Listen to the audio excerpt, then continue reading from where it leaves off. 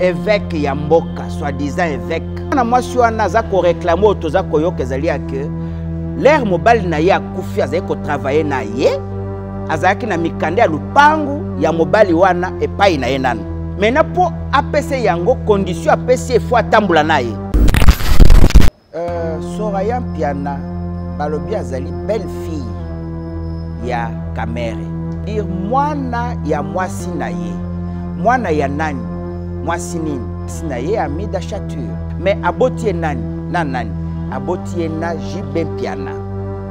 Mwana wana na kati ya ndako wana mbongo ya kozwa po asomba lopango apesa Kamere na ebite si tu as une idée de ce qui se passe. C'est-à-dire eza komona na polele on a utilisé l'enfant pour na ko dissimuler fraude moko linge salama. Mukuna commet ce que je peux appeler une erreur de réflexion. Va s'attaquer contre un sénateur à vie. Simultanément, il y a deux plaintes. Mukuna crie à lobby justice il faut salama. Yenda zo crier. Bakanga nani? Bakanga le numéro 1 ya mboka oyo. Azana raison eza droit na ye. Maintenant que yepe bafundi tout le monde va crier sur quoi? Nine salama. Ya sengi justice pour ye ma plainte na ye faut basambisa. Yepe le loi sali plainte. Il n'y aura pas deux poids deux mesures. En attendant oyo wane aboutir ya ye basi batindeli mandat. Donc justice il faut salama sala. Soit que justice meki ko sala complaisance bakofunda ke c'est que Mukuna aza protégé par le président de la République actuelle, Yende Mutazo Tindayo. Moi, dans quel salle de métier?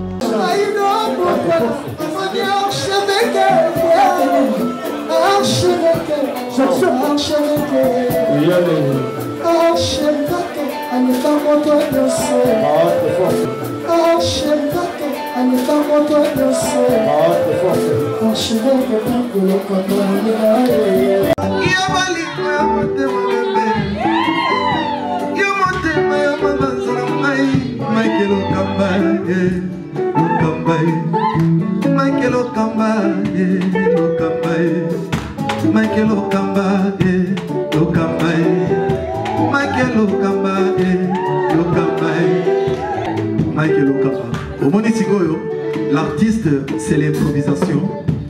La honoré dans l'émission. Africa Elengi TV, votre chaîne, l'incontournable, la star des chaînes.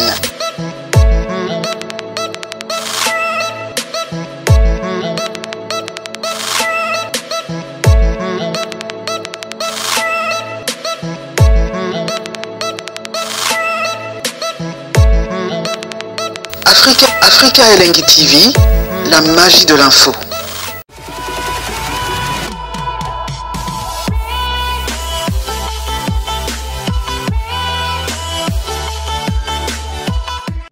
Mesdemoiselles et messieurs, très chers téléspectateurs de la grande émission Point de Vie, bonjour et merci de nous recevoir chez vous pour le compte de cette émission politique en République démocratique du Congo, Point de Vie. Une émission que nous avons l'habitude de discuter sur les différentes actualités de la semaine ou du jour dans cette émission. Et puis, c'est une émission où nous avons aussi l'habitude de parler social, de parler santé économique en République démocratique du Congo. Toye Bobo Mesano na émission à Lelo Toroyamba Mwanamboka Zorobabel Yazali, président et un mouvement et libération des consciences MLCO. Ensemble, Naye, Tokobeta Masolo, Mae Matali, gestion, il y a Covid-19, Mokolo Alelo, Namboka Nabiso, République démocratique du Congo. Tokobeta Solo, il y a Likambo Etali, programme, topé procès, il y a programme, il y a 100 jours, Mokonzamboka Lansanki, Nengeto Komuna Baike Bako Samba. Tokobet appelle solo, il y a interpellation à Monamboka avec Pascal Mukuna, émission, il y a le Monamboka Zorobabel Mbote. Mbote ndeko. Très bien. Très bien. Moto Akutanina Zorobabel a retenu d'abord par rapport à la présentation. Bon, Nazali président solo, il y a parti politique, Oyo, Ezako, Bundapona, Kofongola, Bomoto Yamoto. Obabengi libération des consciences na lopoto. Mais elingi kolobanini conscience ezali bonzambe ezali parti politique ezo bunda que bato nyonso bazongela kobanga Yahweh na kati ya mboka na biso nzela mosusu eza te ya salut nde oyo musala naza nango e musala wana epesameli pa Yahweh ye moko yango tina ya kombo na ngai Zorobabel motindami ya suka wazali koya mpona kolongola bana ya Afrique na kati ya bowumbu oyo bazali na yango e nakanyisi makomi ezali mingi likambo etali d'abord esika na kouta soki ozwi Matthieu chapitre 12 verset 42 Jésus alobeli yango soki ozwi mokanda Esaïe 18 epesi mboka wana esengeli koya deuxième témoin mpona mboka ezali Sophonie chapitre 3 soki okamati boye ya Messie ou sauveur oya koya mpona bato mwindu kopesa bango musalo naza kosala ezali na Esaïe chapitre 19 verset 20 à 21 soki ozwi mission yango moko il suffit seulement aux psaume chapitre 22 otangi malamu okokuta que musala batindi Zorobabel na mokili nde yango wana ya kombo ya Yahweh ekumama mokili mobimba. Donc biso peuple congolais nde toza na mission wana. C'est comme ça que na cadre wana en tant que mokonzo nzambe atindi pona ko changer ko pesa bandeko message ko permettre mitema na bango ebongwana batika mitema ya bondoki na mitema ya mabanga eko mitema ya bomoto mission wana eko kosalama na makasi ya mutu ye moko te soki ezali Yahweh te. Merci. Voilà en grosso modo mission naza nango o nazali kotambolela na kati ya mouvement pour la libération des consciences comme parti politique MLCO avec son cheval de bataille le yaouisme. Merci. Beaucoup l'andabiso tous alliés en direct toyambi mwana mboka Zorobabel Mulambo Mulangu la porte ndenge assez présenté par rapport à l'émission Lelo. Bandeko boko landabiso ndenge boyebi que mon amboka Vital Kamerhe l'état topé justice yamboka nabiso boyi kopé ça y est liberté provisoire donc audience allait repousser jusqu'au 25 to bandi na dossier oyo nanu to monaki directeur de cabinet chef de l'état mon amboka Vital Kamerhe ko sambaka devant bazuzi na mon amboka Jamel mon amboka Zorobabel d'abord un commentaire étant que maître avocat par rapport il y a déroulement il y a audience à Liboso ou tout mon aki mon amboka Vital Kamerhe analyse topé compréhension. Bon, na compréhension nangai na point mibale na monaki a passer aux aveux que eloko ya sala qui yenda sala ki projet wana et na kanisi déjà le simple fait à konyema kenda initié que biloko na komba chef de l'état un méga projet oye moko reconnaître que ezali musala ya gouvernement et non pas musala ya présidence de la République. Ils ont déjà aveu muneno ya sali oyo ko commissaire na condamnation très certaine. Et puis na regretté kaka pona lokuta un homme d'état koki kozala mutu ya lokuta te. Voilà ce que j'ai remarqué en grosso modo. Par rapport il y a refi, il y a liberté provisoire ndenge ba avocat ya mona mboka Vital Kamerhe basengaki, est-ce qu'on peut dire que justice est indépendante? Oyebi soki ozokende kosamba il faut zala na mayele eloko ezangaki mingi na kati ezalaki mayele chez qui na kati ya Kamerhe. Mais il a bien dit hein, devant Bazou que je suis un intellectuel parce que na loi na biso soki bapimeli liberté provisoire na parquet et sengeli osenga liberté provisoire na tribunal. C'est ça la vérité. Mais na tribunal n'attend nini. Avant basambisa, loi bakisi avant toute instruction. Ce qui voudrait dire quoi? L'air bango baza ko insister na moko ya bavoka na ye. Na kotanga kombote, coup de chapeau na avocat wa Nazali Mayele. Alors, il faut d'abord statuer dans le Cambodge liberté provisoire. Mais juge assez à mon qui kaza coincé. Puisque n'oublions pas, ezali procès hautement politique. Donc il fallait azwa issue de sortie. Mais l'air baye kozwa parole sima ya avocat wana. Ba avocat na musu balobi te. Pesa biso remise. Donc ba appuyer juge imprudemment, inconsciemment, sans comprendre le baza koloba, sans comprendre le avocat wana zalaki ko bundela. Et l'air ba pesi occasion à juge abanda instruction préliminaire. Ça veut dire d'office que liberté provisoire est à le sous-souté. Wana zalaki question que tu as causé la coup sous-souté. Donc c'était ça. La liberté provisoire ne pouvait se faire qu'avant toute instruction. Et les juges les a eu au mot. Le ko la bandima ki ko samba.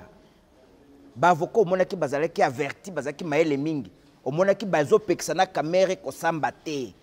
Ba statuer nan sur la liberté provisoire. C'est ce que dit la loi. Donc ici kawana je o esalama ki entre ba avocat na juge azwaki bango puisque bango ba maintenant qui positionne bango ya ko respecter loi wana bazali ko évoquer té. Merci. Beaucoup d'entre vous vraiment belé. Il y a beaucoup de questions par rapport à l'émission à l'élo. Est-ce que Vital Kamerhe avait raison de citer des noms des autres superviseurs? On a des téléspectateurs qui ont débattu une question. Est-ce qu'il avait raison de citer? Je crois que Eza droit naïe. Il y a Balobi na droit congolais. Les mensonges reconnus au prévenu. Moi, ni prévenu, Eza na droit commentir na droit congolais. Mais la vérité finit toujours par jaillir. Et donc, ceux qui attendent qui batouana na parquet, mais le parquet benga qui batouana. Mais les attendent bango liboso ya tribunal à s'exposer sur un point.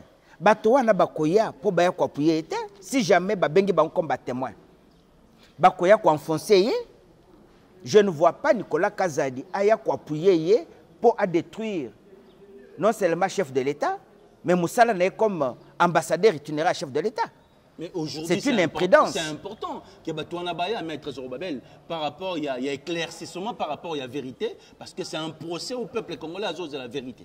C'est-à-dire Tozo Kende Lokola Kamerhe qui se dit intelligent qui fait la politique liboso ya tribunal. Nde débat yo ngome mangai. Débat yo tuni mutuna ya droit.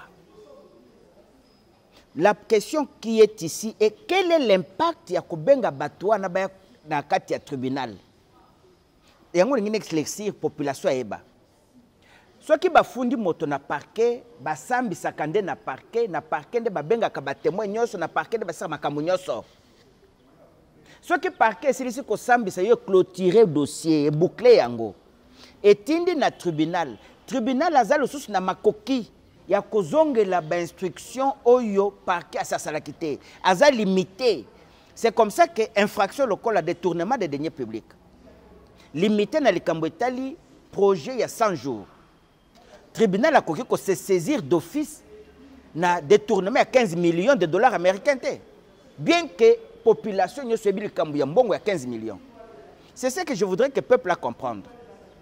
Awa Kamerhe a poursuivi depuis parquet batindi na tribunal pour la gestion ya mbongo ya 100 jours. Na mbongo ya programme ya 100 jours ya chef de l'État 15 millions zate et juge azana pouvoir imposer Kamerhe samba likambo ya 15 jours. Autant que batuya zo funda soki baye bakoya non pas lokola accusé, bakoya lokola ba témoin à charge ou à décharge. Maintenant la question qui se pose na minute oyo ya lingalo bake bato wana bazalaki pe na kati ya likambo. Cela veut dire qu'il faut comparaître. Nana kondima koya ko témoigner que ya solo to yibaki na Kamerhe po batika Kamerhe bakanga ye. Mutu moko te. Yana za koloba ezali kozanga molimo ya Yawe na kati na ye nde tindi ya komatina ba ba erreur oyo asali ya ebandeli soko ozwi ba déclaration na ye moko déjà sort ya procès eyebani aza déjà condamné même soki toke na biso musika te même soki basambisi ete mutu nyonso aza mayele alandaki ye ngai nde moto nasali programme à 100 jours parce que nalingaki te chef de l'état croisé maboko pendant 7 mois. D'ailleurs nakendaki na makambo ya domaine bo. Est-ce que ba domaine wana ta yo zali juge te ata yo intellectuel tel ko la caméra okoki ko sala misala wona nyonso dans 3 mois et ce que ko sala dans 3 mois te mais yo s'improviser c'est cause que na intention na semana yo ce que zali a ko détourner mbongo le tate et cause l'intention puisque aza intellectuel albi aza intellectuel dans 3 mois vous êtes sûr que koko tonga 1500 maisons 3 mois 3 mois au Sicile ba dédouanement bilo connu Sicile 3 mois donc au moins que batu ya za kotanga c'est bien mais na lingi batu bazonga kaka na droit ce qui botangi décision ya Camere a constitué comité technique pour na kosala makambo ya 100 jours et ça ko se référer na ordonnance plutôt présidentielle 09/003/2009. Mais cette ordonnance-là, ezali co-responsabiliser totalement les directeurs de cabinet. Et ezali les coordonnateurs d'ailleurs, il y a cabinet du chef de l'État. Et il faut préciser ici, et cette ordonnance-là, loi ya tangu ya Kabila, et ça sécurité. Et c'est cette ordonnance où il est commissaire n'a pas de problème.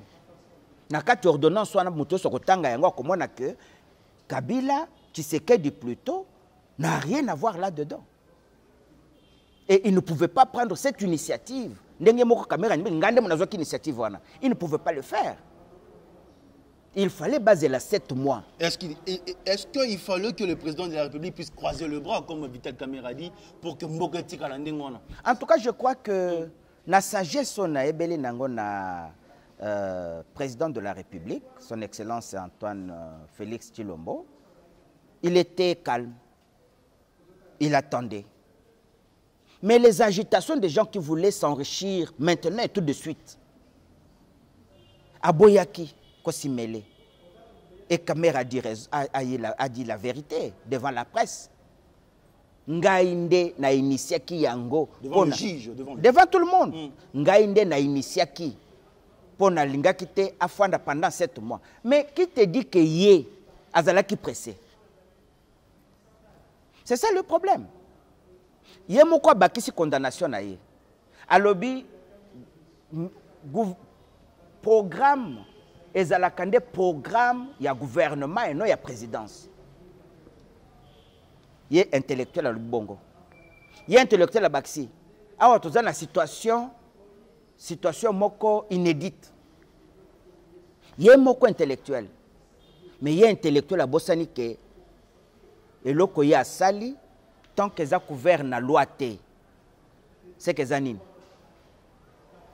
Arbitraire, ezali arbitraire et illégal. Et tout ce qui est arbitraire et illégal ne peuvent pas être soutenus. Très bien.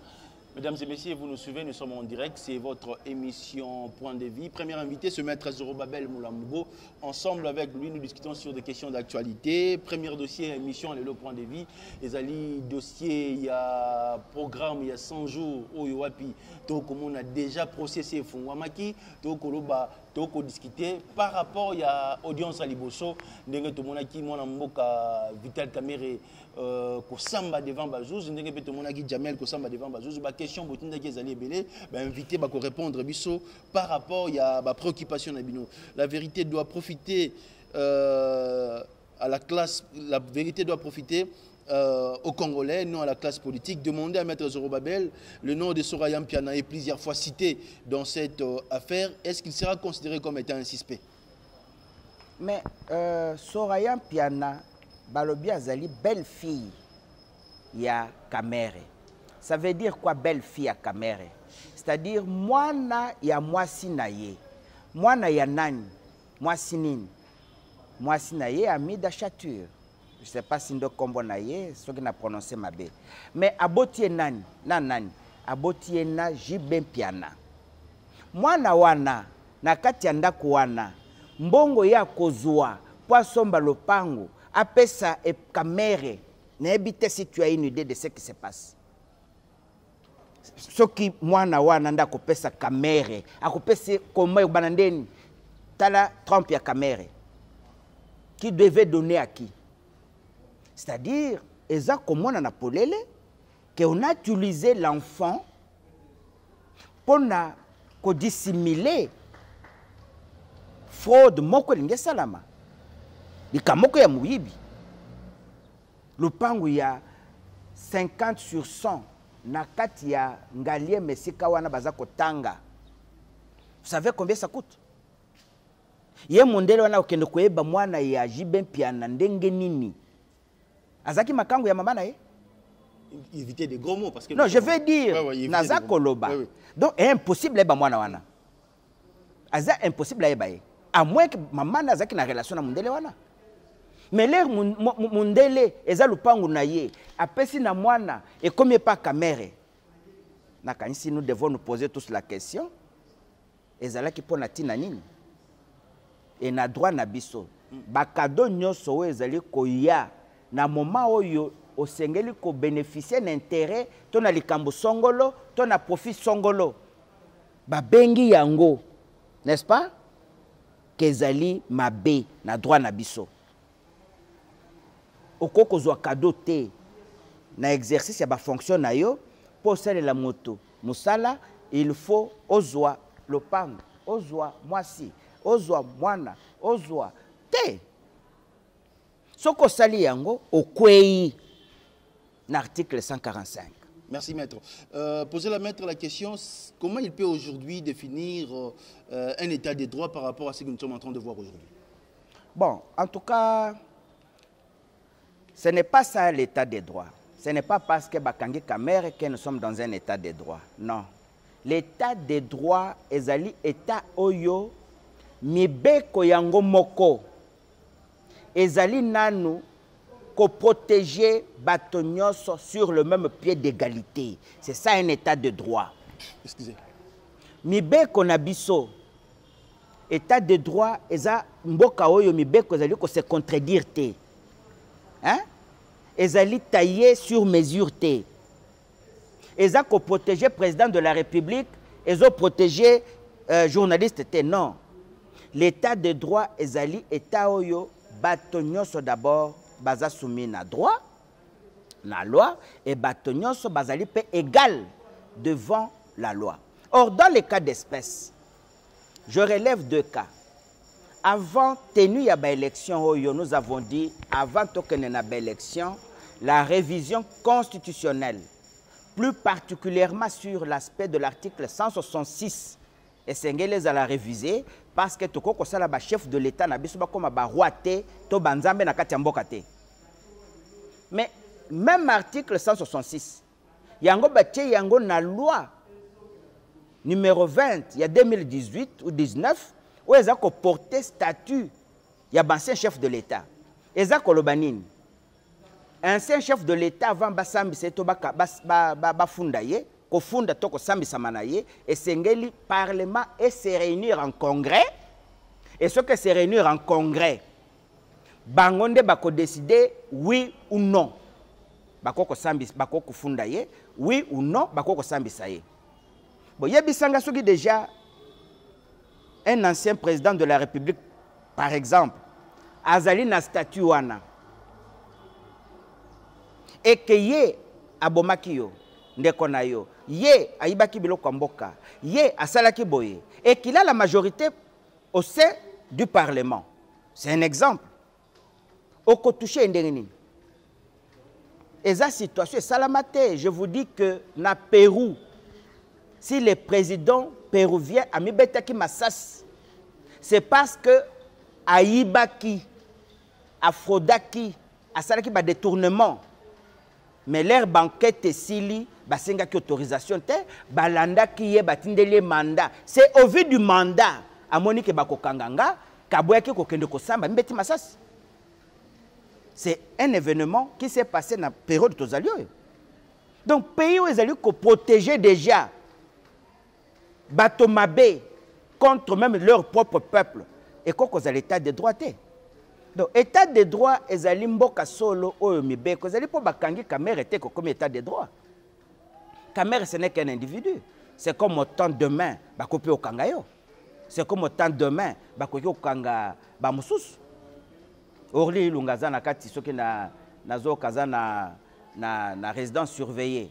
Il est impliqué dans beaucoup d'histoires. Il a même été cité, impliqué dans la mort du vieux Tshisekedi. Mais qu'en est-il des autres qui n'ont pas de problèmes particuliers na bato bazako diriger Mboka? C'est là où se pose le problème. Kamere a yibi, oui. Kamere est arrêté, oui. Mais jusque-là, il n'est pas encore condamné. Non, ce n'est pas ça l'état de droit. État de droit, pour ça, Manambo Kanabiso, les lots, la situation de Kominango, ça doit passer par deux éléments. La première, c'est la révision constitutionnelle. Ou alors, le référendum carrément, tolongo la constitution, oyo, totia, toluka constitution, ya biso moko ya banamboka. Vous vous rappellerez, Feu Tshisekedi wa Mulumba, paix à son âme. Nga nebi moto akoko lo balelo ke aza intelligent koleka noko nanga wana na moni yete. Ezala mwana, ezala ex-président de la République, na moni mutu moko na mokilo akolo bakaleki maelete. Mais lelo tangu ya lobaki ke na lingi bo voter constitution oyo teza ya mabe, eza conflictuel et ça ne met pas bamindele. Nakanyisi IDP, c'est qui d'accord. Le IDP, c'est comme quoi la constitution de la mort. Le IDP, c'est comme si on se rendre compte avec l'accusation de l'ancien président qu'il y a un blocage. Le IDP, c'est le basculer sur mais maître, par rapport à ce que nous sommes en train de voir aujourd'hui, est-ce qu'on peut dire qu'aujourd'hui, il y a des gens qui sont intouchables dans notre pays? Mais puisque c'est le cas, est-ce que vous pouvez cacher quelque chose qui est à nu? Le président, le sénateur à vie était un homme intouchable. Il est intouchable. Le président de la République, Antoine Félix, c'est un intouchable. Il est intouchable. Aujourd'hui, les sénateurs, ce sont des intouchables. Quel est le mécanisme pour mettre en accusation le président du Sénat? Je crois que même jusque-là... Qui est aujourd'hui considéré comme le vice-président de la République. Hein? C'est ce que je dis. Au moins, il y a un mécanisme moko oyo sous d'autres cieux. Il y a un état dit état civilisé. Un état oyo ezali cause de la benjonction à l'état mosusute. Le peuple est vraiment dans un état de droit. Mais bamboka oyo batu bazo kanisa ke mondele nda sengeli ko imposer biso dictat na bango. Yango na baza ko s'entourer na ba garde-fou. Mais ba garde-fou moko malheureusement ou ezali contre même les droits. Donc pour le MLCO aujourd'hui, vous êtes pour la révision constitutionnelle? Non, le MLCO l'a toujours soutenu. Et je venais de le dire tout à l'heure. Oezamboka ya Yahweh. Tokoki en aucune fois qu'on soutenir le paganisme politique. Qui veut dire? Qui veut dire que la politique nyoso bazali vexé dans la franc-maçonnerie, dans la sorcellerie, dans la rose-croix, dans le fétichisme. Le peuple de Dieu doit se soulever comme un seul homme contre le mal. Qui va combattre ce mal? Yozo lobozo sambela. Mais moutazo géré yo azali nganga kisi. Moutazo asengela futa yo azali ndoki. Je te donne un cas. Vous donnez au peuple qui nous suit, au Nazo pesa bango kamuke. Lelo tozali na situation ya président de la République, main liée, pied lié, parce qu'il n'a pas le Parlement. a commis kobanga tiko convoqué congrès ya mboka na ye moko parce que bako destituer ngai président de la République. Pourquoi? Parce que batu bayoka quitté que l'FCC ezalaki lisanga ya bandoki.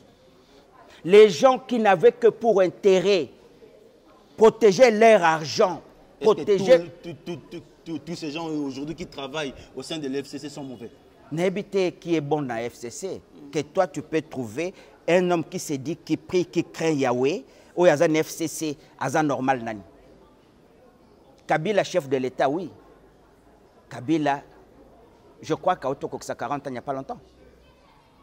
Vous voyez Motoko Lantambwe Mwamba à Bombani Simaya, il y a Kabila. Dans quel intérêt? Merci. C'est pour protéger tout simplement ce qu'il est et se protéger. Il est plutôt Tambwe Mwamba. Azan a dossier, il y a assassinat. Le président du Sénat, hein, il faut ajouter. Président, il y a Sénat, Azan a dossier où il y a la Belgique, il y a assassinat, il y a bateau, les Razak RCD. Tous ces gens qui ont touché les sangs à main, comment moi je peux accepter que yo Simbi Makila et Ngaïna Priyeyo? Merci. C'est Maître Zorobabel. Nous sommes en direct dans votre émission Point de Vie. Plus 243 89 00 60 149. Le premier dossier dans cette émission Point de Vie, nous avons discuté sur ces procès. Il y a 100 jours, il y a chef de l'État, il peut y avoir des prisons Makala, le collège Singama Tembele. Nzele Zaïna Moulaï, Tolanda Gimon Amboka, Vital Kamero, directeur du cabinet chef de l'État pour Sambaka, Tolanda Gipé Jamel, aux réactions par rapport à Malobo et au Jamel Alobaki qui a ébi directeur du cabinet chef de l'État. Est-ce qu'il a raison ou il a tort? 2 minutes. Là où tu connais qu'il a raison parce que na droit nabiso. Le mensonge est un droit reconnu aux prévenus. Ceux qui ont été prévenus, nous te reconnaissons de mentir. C'est la loi, c'est une jurisprudence. Moutoko koko sate, oyo bako kondimela ko sate zali témoin na oyo azofunda. Mais prévenu to yebi ka koko sa, wezamboka bato lokuta. Na Jamal pas corrompu na lokuta. Comment yoko ko nzua mbongo ya kotonga banda kunyoso wana sans que opesa moto ya peso faveur wana ne fiske merci. Et ce qu'on peut merci d'elle. Mais Jamel a lobby très bien que le gouvernement congolais faut à devoir et que dans 3 mois on ne peut jamais construire 1500 maisons. Il a raison. C'est-à-dire s'il a été piégé pour bali mbongo simanaye, wana des responsabilités à Kamere. Parce que oyo bandimi bako sa dossier à Jamal na makambo 3 mois de bazaba fautif. Maintenant le cas yaza kolobake ya yebi Kamere té. Mais il y a des photos oyo yena Kamere bazabakanga. Est-ce que les lots mettre information au Yamalonga yo aux zones d'imela na réseaux sociaux parce que tout le monde yonka na réseaux sociaux, il peut dire aussi qu'il y a yebi Kamere té, il a raison. Oui, alobi yebi Kamere té a raison. Mais yebi sangai que parquet pesa ngonde sambisa kiye e kangi lopango ya kombo na ye na kombo ya mwana ya ye Kamere. Yo nanga toza parquet te. Yo nanga toza parquet te. Et je te dis, il y a des intellectuels. Pourquoi s'embrouiller? But na ye ko sala procès à la publique ezakinini. Apakol Antoine Félix Tshisekedi Tshilombo Bosoto kezaye. Mais Dieu l'a confondu. Selon vous, ça c'est selon vous. Mais ça se lit.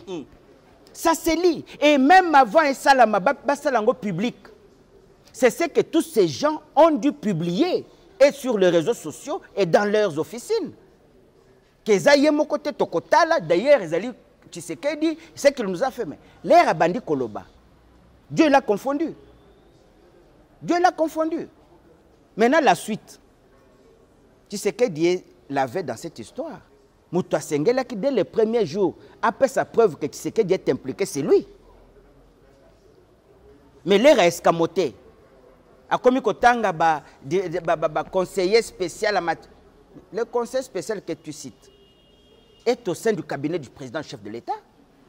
C'est ça ce que dit l'ordonnance et qui coordonne tout le monde. C'est la loi. Naebisiba namboka bokende ko l'ordonnance wana ezali sur internet. Ezaya muto lo banote que moi je connais. Ngai pe naebité natangi yango sur internet. J'ai téléchargé ça. Bozwa ordonnance wana botanga bokomona que biloko il y a ba sentiment politique eza bien té. To sengeli désormais ko bannir lokuta, to privilégier vérité. Les menteurs n'hériteront pas le royaume. Très bien. Nous allons parler Likambo Italie gestion en Covid-19. Namokolo alelo état des lieux et vision par rapport à la gestion en Covid-19. Bon, moi Covid-19 n'a le bien plusieurs fois. Et ça maladie certes, et existait na bamboka certes, mais elle maladie nzamba za kotinda pour na ko supprimer, ko détruire na mokili ba mécréant na ba impie. Bato ba yebi nzambe te, na bato ba lingi ko ndimela nzambe te. C'est ça d'abord le premier élément que croyance ngeli koyeba. Donc en cette qualité-là, nazana masque nangai, je le dis toujours, masque ezali. Mais je me dis, si je crois réellement en Yahweh, je craindrais quoi? Ezaïe eye pona bisote, eye pona ko décimer batoana. Alors, je suis à maladie lokola wana. Bazo zela nyonso, mundela lobinin. Biso pe tout ça la bongo. Mundela lobinin, biso pe tout ça la bongo. Lelo, Tshisekedi devait savoir que peuple naïa zali peuple moko azana muyibi makasi. Ko pesa yo occasion ya koyiba te. Lelo soki ayebite, soki nzamba ko sunga yeba. Rumeur eza ko passer na kati ya population baza ko assassiner bato, baza ko tia bango na cadre ya Covid-19. Soki atira attention te, a ko risquer makambo yo mundele azo ko finga biso ke ba chef d'état na biso ba escroc. Bato babanda ko se rebeller. Il doit tirer attention. Et moi je pense que lelo conseil ngana ko pesa na chef de l'état. Lokola muyibi eleki na makambo gestion oyo. Vous ne savez pas maîtriser tous ces gens na sengo eloko moko. Sala ndenge basali na France. Longola ba barrière. Tika bato batambola. Tika bato basali misala na bango. Traitement est comme anormal. Puisque simaya gestion basali, makambo comme ko le kamingi, mais c'est lui qui va en pâtir. Eza yo chef de l'État. Ezali règne na yo, eza gestion na eza gestion ya mutu mususu te. C'est ça que moi je peux demander au chef de l'État. En tout cas, situation ya gestion ya Covid, eza le sous na lokumu ata na ekomi mabe. Nazape ko saluer ye l'initiative qu'il a pris. Ya kobenga expert ya bachinois baya, c'est une bonne initiative. Ya koluka solution, c'est une bonne initiative. Mais yeba que Congolais par nature a moyibi, oyebi yango, ofandi na poto, oyoki sangwa Congolais, bapesaka Congolais occasion. Est-ce que vous encouragez cela, maître Zorobabel? Est-ce que vous encouragez cela? Je n'encourage pas. Mais tant que vous êtes déjà courageux, la situation ya mboka na biso, lelo komishida po police alia. Il suffit à monoza na masque te, ako kende ko commission na police pete, ako traquer yo au PC mbongo 5000 pete. Même 1000 francs kende. Et komishida. Mais est-ce que leur président a une initiative à sengi na gouverneur basala yango? Bitne zalaki que policier comme akolia na sima ya ko traquer bat na masque. Non. Donc toyebani mboka oyo. Nga moko nazaki soda. Na yebi vi ya ba soda. Moindre occasion, il profite pour faire au moins le Cambouanais Mwanasemi. Moindre cas coopération, ils ont pillé la maison de Mwanasemi. Ce ne sont pas des civils, oui. Ce sont des policiers. Donc, toyebani, tozaba Congolais, Tshisekedi aza Congolais, Ngana aza Congolais, Yoza Congolais, Moto aza ko gérer Covid aza Congolais. Tshisekedi ayebi. Comment Tata wana Muyembe à se contredire plus d'une fois en public? C'est qu'il y a manque du sérieux. Ce qui biso na oto ganga kite que toboyi ba comme c'est biso ba kobayi. Mais on allait avoir ces catastrophes ici. Ce qui a salé qui yango ça qui yango gratuitement, il n'y a pas d'action sans intérêt. C'est que basi bazumbongo. Assez azumbongo. Mais il faut justifier cet argent. C'est comme ça que bazoka babambongo liste ya bakufa bazoko matakaka. Mais la maladie existe en République démocratique du Congo? Non, mon cher ami, je te donne un cas. Vous donnez aux téléspectateurs. Je donne au peuple un cas. Oui. Bandundeza na Covid te. Mais ekiri ya bato ba transférer ba kende boloko pona ko désengorger makala. Ba soupçonner déjà que ezana bato bazana maladie na kati. C'est pour faire quoi? C'est pour lobby baby c'est que na bandundu bakangi bato kuna bazana na coronavirus. Pour bazwa raison na OMS que bozo bo pesa biso mo to mbongo tozwaki maladie ezaliawa. Ozuika ya ba Congo. Ils ont parlé de 2 cas. Après combien de temps? Et l'air balobi 2 cas. Na ba Congo, moko na bango akimi à cette déclaration. Un cas scandaleux. Na hôpital cinquantenaire. Et les qui na ba chaîne nyoso. Pas chez nous. Hein? Motu ya Covid. Assez à sali 2 semaines na kati hôpital Covid. Abimé azo la déclaration. Vous avez vu ça où? Mboka oyo Covid ezali, yo moni motu balobi ozana Covid, ozana coronavirus, osa la déclaration. En fait, coronavirus c'est quoi? Ce qui est yo. Et kokanga yo respiration. C'est pourquoi baza ko soma ba matériel oyo ezali ko permettre moto à respirer nanu avant ba traiter yo okata moto te. Est-ce que ces matériaux là ya respiration ezali pas na biso?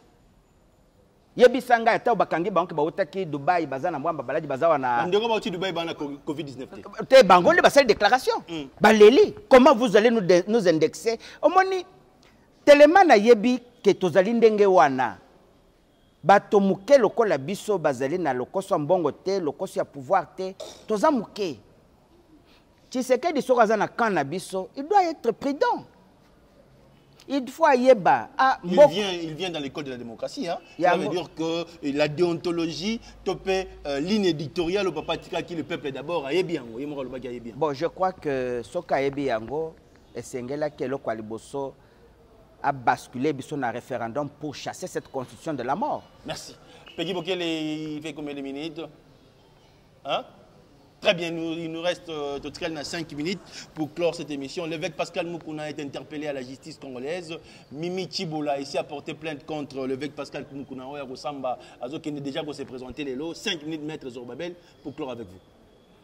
Bon, je crois que je disais tout à l'heure, Zamboka Yahweh, quand déplaise à ceux qui veulent continuer dans les mensonges, qui veulent faire croire que Mundele Ndenzambe, mais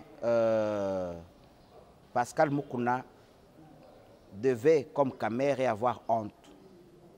Avoir honte. Et la première des choses, il devait même commencer par présenter des excuses au peuple Yanzambe. Et demander des excuses à moi sioyo. Makambwane comme un tribunal. Makambwane comme un parquet. Tezablo kwa soni. Donc, selon Maître Zorobabel, ce n'est pas un montage. En tout cas, Oyebi n'a droit, j'ai l'aspect Kazakh n'a pas avocat. Maman Namboka n'a pas protégé à telle enseigne que ce qui est à bandit, tu m'as violé. Mon cher ami, moto kolobelayo mobali azate. Ce qui maman lobby, on m'a violé, c'est un fait scandaleux Namboka Nabiso. Il y a toute une loi sur la protection. Avant de prouver qu'elles ont kosa, avant de prouver que maman wana zo kosa, au solier boloko. C'est ça la vérité. Donc, est-ce que la vidéo obscène, Ezaya Solo, Ezaya Lukuta, je ne veux pas entrer dans ces débats. Mais en tant que évêque Yamboka, soi-disant évêque, et Sengela Kazalana, un peu de circonspection. Ayeba que oyo batanga ya bosoto population a commis divisée za na bao bakondima na bo bakoboya pour éviter ya ko salir honneur nangai. Il ne faut pas s'entêter. L'humiliation précède la gloire. qu'est-ce qui moi na moi sur naza ko réclamer otoza koyo kezali que l'air mobile na ye akufi azali ko travailler na ye azaki na mikande ya lupangu ya mobali wana epai na ye nanu. Maintenant pour apese yango condition apese il faut atambula na ye. Mais eza viol. C'est chercher à obtenir relation sexuelle na moi non pas par le consentement mais par une ruse. Par le lokomoussous, par la faiblesse. C'est ce qui est condamné dans la loi. Au qu'on utiliser moi si le col et le côté. Reconnaître d'abord le droit naïe. Est-ce que Azan a droit dans le pangoazo réclamé? Si oui, Zoa Mikanda Pesaye. Est-ce que Azan a posa naïe? Si oui, mais na senga libala. Au qu'on conditionner droit naïe na libala naïe. C'est ce que nous avons protégé, qu'on protégeait maman. C'est ce que nous luttons pour l'égalité à genre. Ce n'est pas, moi ça c'est le quoi mobile, non. Bah droit naïe à la respecter. Alors moi dans cette situation-là, moi je pense qu'il aurait dû, on est zangaï, qu'au similier, ma yese so panier ata au salindengni ne kozonga le sous sauté. Maman n'a seigneur pardon. C'est même une des leçons du christianisme. Lorsqu'il insiste que c'est un montage, est-ce que vous avez seulement besoin qu'il puisse demander pardon? Mais s'il insiste que c'est un montage et que motoya ko soutenir montage azate, ça passe. Mais l'air azol besoin montage. Que ce montage vient de l'FCC. Wanezali ba inepsi kozanga mayele na kokite ngai nebi que moi si assis à séduire même Bangelou Yanzambe moi si aza être très fort na mokinebi ba piéger ngai moi si na tomber na bandi okosela bato ba piéger ngai. Est-ce que bato wana FCC nde longola ke bilamba FCC nde kotsake na kati ya mutuka na ye moko FCC nde longoli mama wana bilamba esangisi nzoto na mama wana non esengeli kotia basen obscène na public te yango na lobby lokola bakomisaki na makambo to bengaka na lingala makambo ya soni il fallait la humble asalela ki pasteur ne malamu mokande lobby soki ozana likambo na ndeko na yo landa ye kondimate bokoma na justice sala makasi bosila na bino na ye. C'est ça que dit la Bible bango baza koteya et Bible wana eza koloba wana soki appliquer yango aki mambangwe pa mwana mwasi oyo azwa mbo mikanda ya lupango mama pardon kamata mikanda na yo mama alimbisa ngai nazo réparer likambo na sali mabe mwana mwasi wana za muluba akokaki ko s'entêter te akende kofunda. C'est parce que lui il s'entête. C'est parce qu'il s'entête. Or, il faut faire attention. Le parquet général de la Gombe n'est pas complaisant. Je connais les PG. Moukouna risque fort. Saurait que vous allez réserver pour naïe. Ce n'est pas bien. Si Moukouna risque fort, nous avons vu le pasteur Moïse Mbi dans une même histoire, Mike Kalambay, héritier, les chanteurs musiciens congolais, héritier Watanabe, même moi, Makala, Mutuka Makala et Baluka. C'est pour cela qu'on vous a posé la question au début de l'émission. Est-ce qu'aujourd'hui, il y a des gens qui sont intouchables? Bon, au moins, na droit nabiso, toza notre bengaka droit commun. Ba infraction, où ils allaient se limiter na makambo pamba.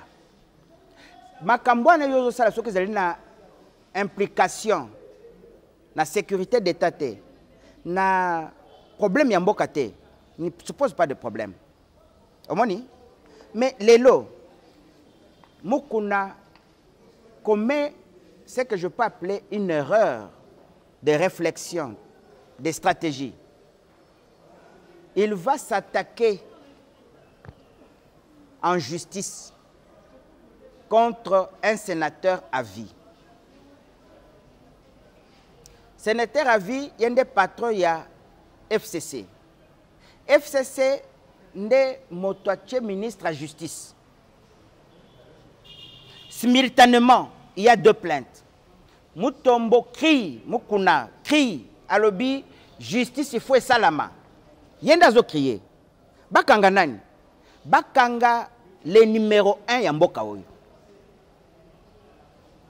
Azana raison, ils ont droit na ye. Maintenant que yepe bafundi ye. Tout le monde va créer sur quoi? Nine salam.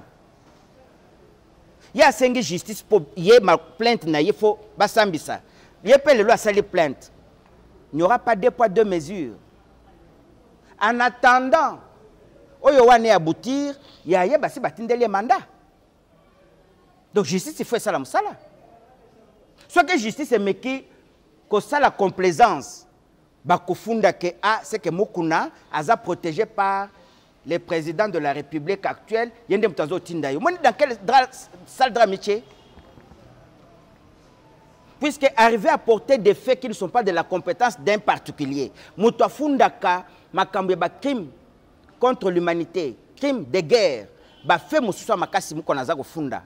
Dans ces pays, ils ont individualité. C'est un État qui porte les faits. Un État qui porte les faits. Quand Mukuna va déjà faire des complots avec les Américains, va appuyer. Mukuna expose la politique intérieure de notre État. Mukuna expose notre politique intérieure.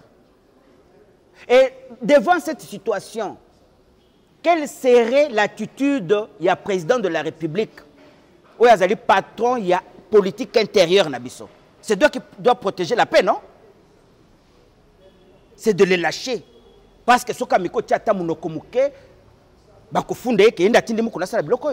Merci. C'était les propos tenus par Maître Zorobabel, le point de vue des Maîtres Zorobabel par rapport à l'émission Point de Vie. 7 mois de Félix Antoine Tshilombo Tshisekedi au pouvoir, on assiste aujourd'hui dans beaucoup de procès, mais 18 ans de Joseph Kabila, est-ce qu'on a aussi vu des procès comme ça, Maître? En tout cas, les procès étaient latents et pas apparents. Namoni pe procès oyo oza ko assister na ngoya mingi te olingo lobela le procès Kamere. Mais vous avez suivi les procès de Kamwena Sap. C'était des procès. Vous avez suivi les procès de Gédéon Kingu. C'était des procès. Vous avez suivi les procès du colonel Tchibangu qui est encore, au général Tchibangu qui serait peut-être aujourd'hui encore en prison. C'était des procès. Il y a eu beaucoup de procès. Mais moi, je pense que les procès, salama en désordre.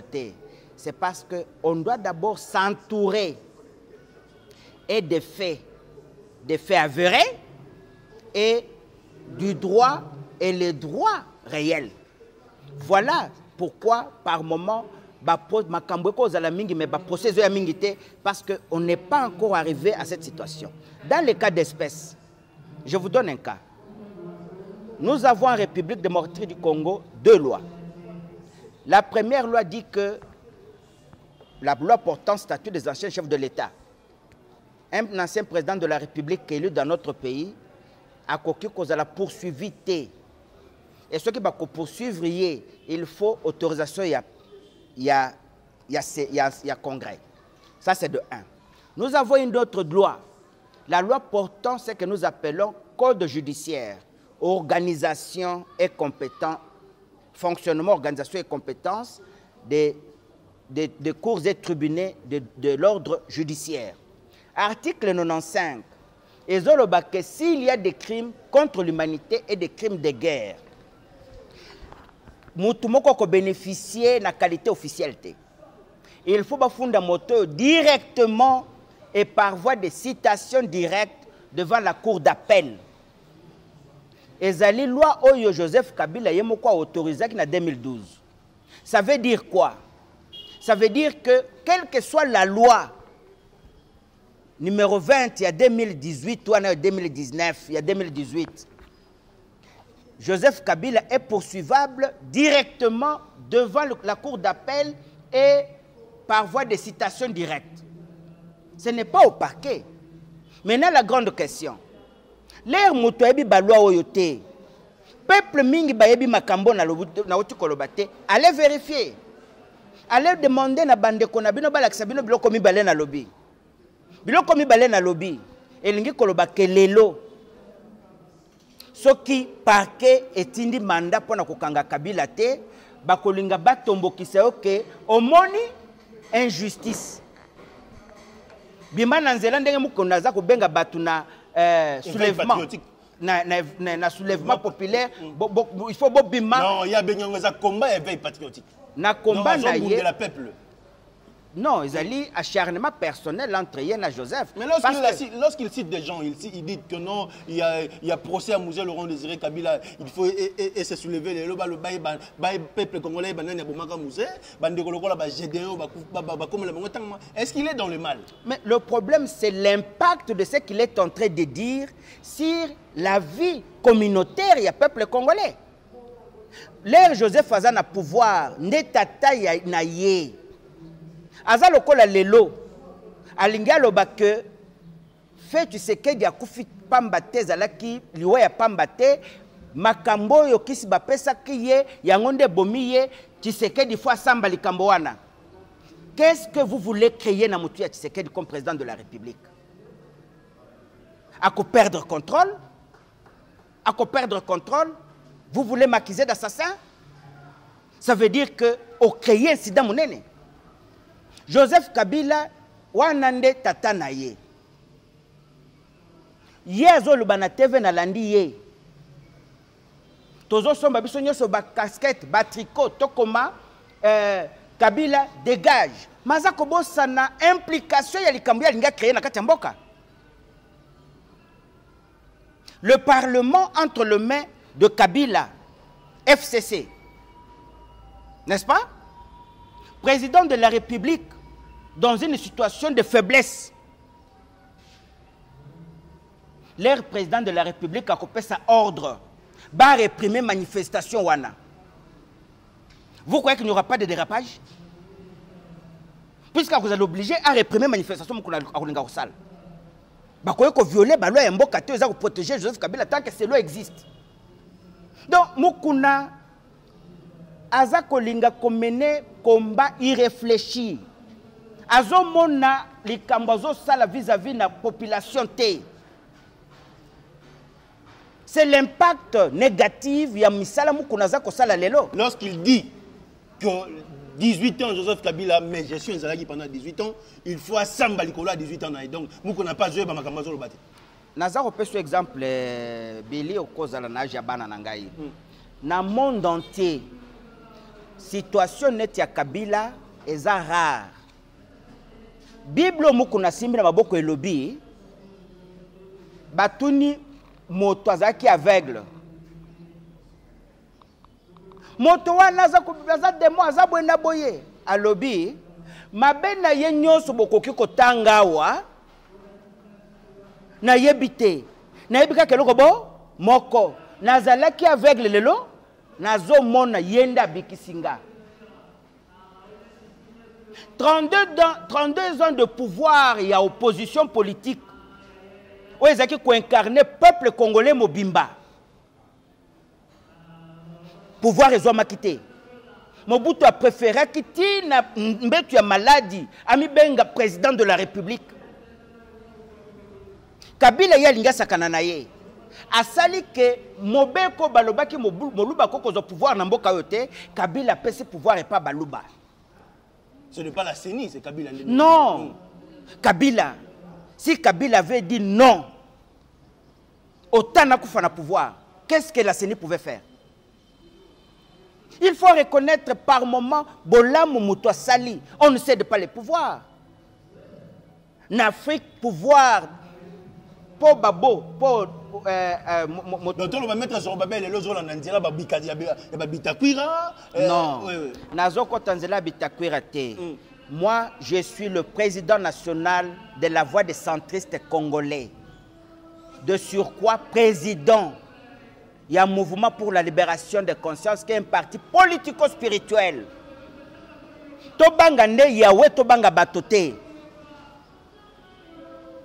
Mwana ya muto wa nani oyo akoluka banga to Tshisekedi to banga Kabila.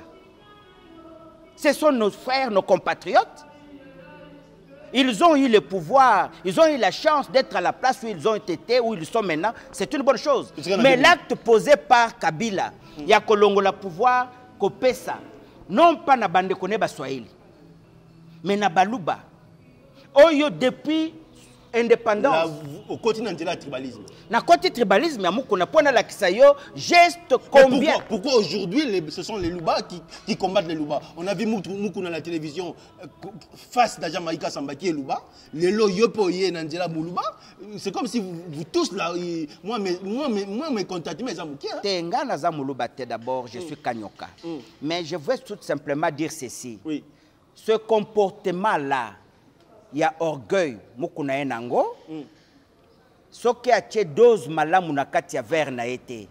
Aza ko lunga ko créer ba conséquences négatives et néfastes mingi na président actuel, parce que dans la situation actuelle il ne faut pas bafunda que yenda za na base ya yenda za na simamu kuna.